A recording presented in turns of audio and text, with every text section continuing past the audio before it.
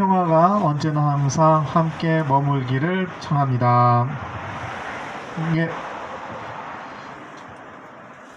얼마 전에 여기 태풍이 크게 한번 지나갔고, 그렇죠? 태풍의 눈이 아마 근처로 지나간 걸로 알고 있고, 또 얼마 며칠 전에는 일본을 향한 태풍이 옆에 살짝 스쳐 지나갔었는데, 여기 피해는 없었나요? 바람만 쐈어요? 다행이네요. 이렇게 태풍이 크게 올라치면 아마 여기는 특히나 더 걱정들 많이 하실 거예요. 그렇죠? 예. 이렇게 태풍 예보가 될 때마다 이 걱정하는 사람들은 이곳 주민들 뿐만 아니라 제가 알기로는 이곳 해군 기지를 지은 사람들이나 해군 당사자들 아마 그런 걸로 알고 있습니다. 이 케이슨을 아무리 단단하게 때려박고 높은 방파제를 만들었다 할지라도 이 태풍이라는 이름 앞에, 자연의 위력 앞에서는 이게 내가 그렇게 노력한 것이 참 너무나도 초라하다라고 느끼는 것 같습니다. 이곳에서 주둔한 함대의 면모가 바로 그것을 잘 드러내는 것 같습니다. 평상시야 TV 그런 데 보면은 이 군함들 아주 멋지게 위풍당당하게, 이번에 저쪽 태평양에서 훈련했을 때 거기 참전도 했다고 하면서 훈련도 함께 했다고 하면서 화면에 멋지게 이렇게 첨단 무기 하면서 위풍당당한 모습을 자랑스레 드러내곤 합니다만, 바로 이 태풍 앞에서는 안전 제일이 이 최상책이다. 그래서 그것 중에 뭐냐, 도망치는 것밖에 상책이 없다 라고 해서 태풍이 예보되는 족족 남해로 피신한다고 그러대요. 아마도 이번에도 그랬겠죠. 여기에 적이 있으면서도 말입니다. 그리고 여기에 적을 두기 위해서 이 건물을 이렇게 멋들어지게 단단하게 지었는데도 말입니다. 이런 상황을 보자면 아마 그들은 이렇게 말할 것 같습니다. 해군이나 이 건물을 지으려고 그렇게 애썼던 이들, 참으로 부질없는 짓이었네 라고 말입니다. 이럴 때 참 부질없다, 허무하다 라는 말이 오늘 독서에 쓰여진 그 언어 그대로 즉자적으로 쓰이자면 이러하지 않을까 라는 생각해봅니다. 생각해보면 이 역사에서 기술되는 이 문명들의 운명 또한 실로 정말 부질없었다라는 생각 지울 수 없습니다.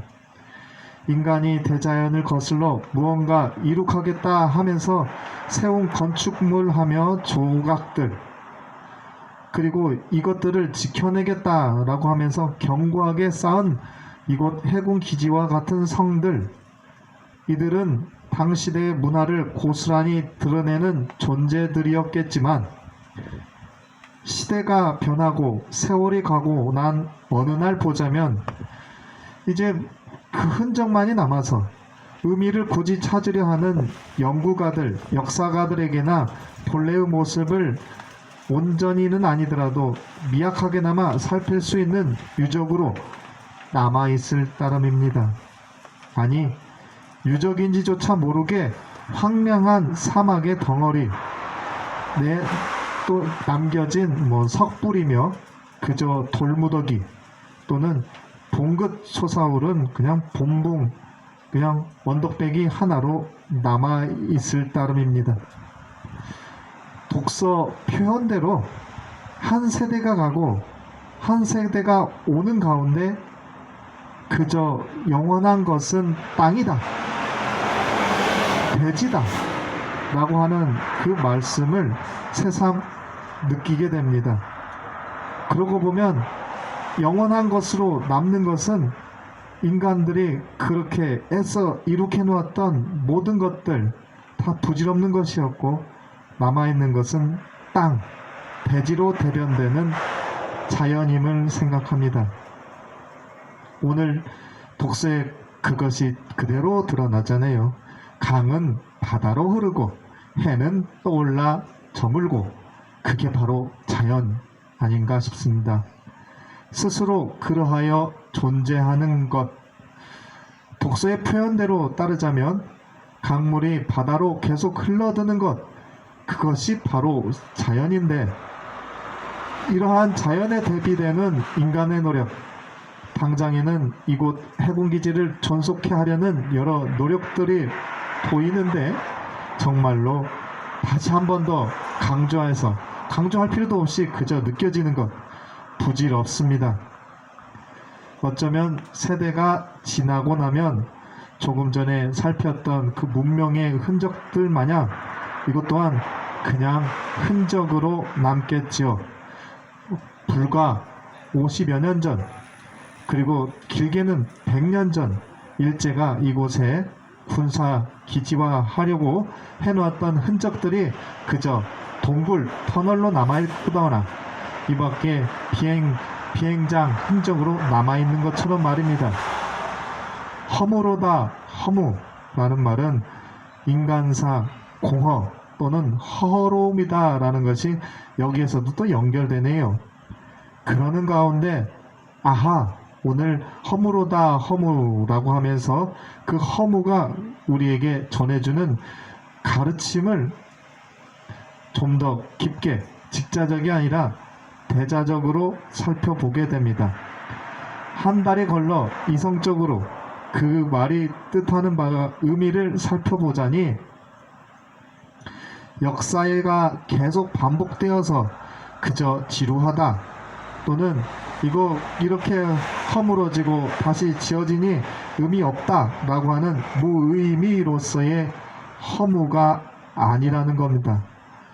인간사 부질없다 하는 순간에 이 공허를 차지하고 있었던 것은, 본래부터 있었던 것은 자연, 바로 하느님의 섭리라는 것입니다.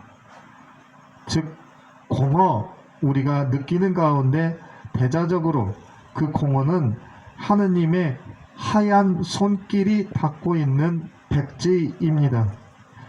당시 뜻에 따라 무엇이든 언제라도 그렇게 이루어질 수밖에 없는 가능성을 간직한 수많은 것들이 하얗게 빼곡히 담겨져 있다는 것입니다.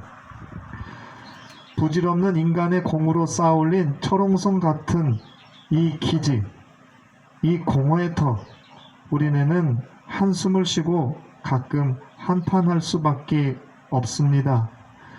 해마다 계속 우리는 이 기지가 구럼비가 파괴되는 가운데 그 위에 올라섰다라는 것을 기억하면서 다시금 구럼비를 만나야지 하고 했던 외침들이 한 해 또 다시 기념일로서 계속 되어지고 있으니 말입니다.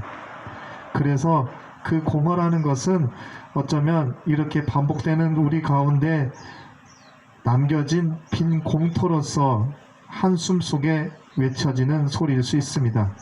그런데 바로 그 빈 공간에 하느님의 섭리는 본래부터 있었다라는 겁니다. 여기에선 무엇일까? 바로 예수님께서 언제나 항상 우리에게 말씀하시는 것, 그리고 인사를 나누는 것, 그리고 우리에게 인사를 나누라 청하는 것, 평화가 너희와 함께, 평화입니다. 하느님의 정의가 열매 맺는 그 평화, 그런데 지금 그 평화가 이 자리에 깨어졌다, 그리고 다시금 회복될 수 없을 것 같다 라고 하는 공허감 속에서도 실은 강물이 바다로 계속 그렇게 흐르듯이 인간에 의해 파괴된 평화가 실은 파괴된 것이 아니라 다시 복원이 되어 회복될 수 있는 열매로서 미래의 가능성으로 이 자리에 여전히 남아있다는 겁니다. 평화가 깨진 곳에는 반드시 자연이 그리하여 당연하게도 주님께서 평화를 회복시키신다라는 것, 우리는 이미 알고 있지 않습니까? 그리고 그 평화를 가져다 주기 위해 주님은 언제나 우리와 함께 하셨고 지금도 함께 한다는 사실입니다. 그러기에 이 짧은 생에 한탄과 함께 허물을 그저 한숨 섞여 고백하는 가운데 당신께서 이루시는 일 얼마나 놀랍고 경외로운가 하면서 우리는 허무하구나, 오늘 하루 또 이렇게 똑같은 일을 반복하며 기념하는구나 하면서도 하느님께 의지할 수밖에 없습니다. 하느님의 섭리는 당연히 그 평화를 이 땅 안에서 이룰 수밖에 없기 때문입니다. 이 자리에 천막을 치고 미사를 드리고 있는 우리들의 노력, 이는 해군기지의 미래가 그런 것처럼 인간의 일로서 허무라고 말하는 것으로 귀결될 수밖에 없음은 실은 분명합니다. 그러나 우리의 노력으로 말미암아 하느님께서 이루실 일 섭리가 보다 분명하게 드러날 것이니 이 허무는 귀하디 귀한 허무일 수밖에 없는 것 같습니다. 오늘 우리는 이것을 확신하면서 이 자리에서 여전히 한숨을 쉬면서도 미사를 드리는 것 아니겠습니까? 맞지요? 네, 맞습니다. 하느님께서는 당신의 일을 언제나 이루시는 분이십니다. 그러기에 강정의 평화가 온전히 열매 맺음을 확신하는 가운데 주님께서 이루시는 일들에 대해서 그저 고마움과 경외의 심을 가지면서 이 미사 정성껏 봉헌하도록 하겠습니다. 아멘.